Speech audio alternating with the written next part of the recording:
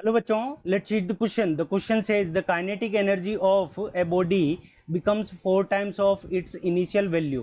The new linear momentum will be option A same as initial momentum, option B 4 times as initial momentum, option C 2 times as initial momentum and option D 8 times as initial momentum. ठीक है बच्चों. सो इस question के अंदर हमें क्या दे रखा है कि कोई ऑब्जेक्ट है. सो ये हमारा कोई ऑब्जेक्ट हो गया. इसकी kinetic energy, initial kinetic energy, तो इसको हम क्या मान लेते हैं, के है. और इनिशियल मोमेंटम हमारा क्या है, पी आई. इनिशियल मोमेंटम इसको हम क्या मान लेंगे, पी. अब क्या होता है कि इसकी वेलोसिटी इंक्रीज होने के कारण इसकी काइनेटिक एनर्जी कितनी हो जाती है, तो के फाइनल. सो के फाइनल हमारी कितनी है, 4 टाइम्स ऑफ के. और हमें निकालना है कि पी फाइनल यानी इसका फाइनल मोमेंटम कितना हो जाएगा, वो हमें कैलकुलेट करना है. सो इस क्वेश्चन को करने के लिए हम क्या करेंगे, की कंसेप्ट अप्लाई करेंगे. सो की कॉन्सेप्ट. अब की कॉन्सेप्ट के अंदर हम क्या की कॉन्सेप्ट लगाएंगे कि देखो, बॉडी की, किसी भी बॉडी की जो काइनेटिक एनर्जी होती है, के बराबर क्या होती है, half M V square. Half M V square. और किसी भी बॉडी का जो पोटेंशियल होता है, पी बराबर क्या होता है, M multiplied by V, mass multiplied by velocity. So हम क्या करेंगे कि काइनेटिक एनर्जी और पोटेंशियल के बीच में रिलेशन फाइंड आउट, मोमेंटम के बीच में रिलेशन फाइंड आउट करने के लिए क्या करेंगे, तो के इज इक्वल्स टू, तो हम क्या करेंगे, ऊपर एक मास से मल्टीप्लाई कर लेंगे.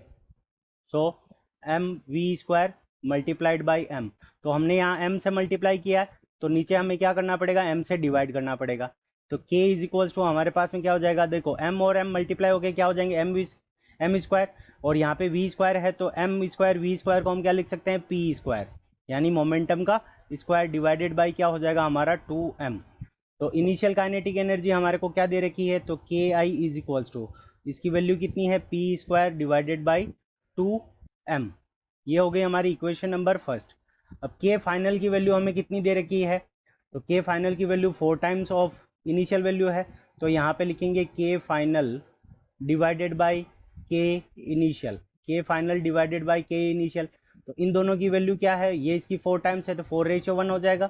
और इसकी वैल्यू हमारे पास में क्या है, P2 मान लेते हैं सेकेंड टाइम मोमेंटम, तो P2 square divided by 2m. और इनिशियल जो मोमेंटम है वो क्या है हमारा, P square divided by 2m. So 2m से 2m कैंसिल हो जाएगा, तो यहाँ से वैल्यू आ जाएगी 4 times divided by 1 is equals to P2 final momentum square divided by initial momentum का स्क्वायर. इनिशियल मोमेंटम हमारा P, तो क्या करेंगे, दोनों तरफ स्क्वायर रूट ले लेंगे. सो स्क्वायर रूट यहाँ पे 4 divided by 1 is equals to हमारे पास में क्या हो जाएगा, P2 डिवाइडेड बाई P. सो यहाँ से P2 की जो वैल्यू आएगी यानी फाइनल मोमेंटम की, P2 इज इक्वल्स टू क्या आ जाएगा, 2 times of initial momentum P. तो यहाँ पे क्या है कि जो फाइनल मोमेंटम है वो इनिशियल मोमेंटम का क्या है, ट्वाइस है.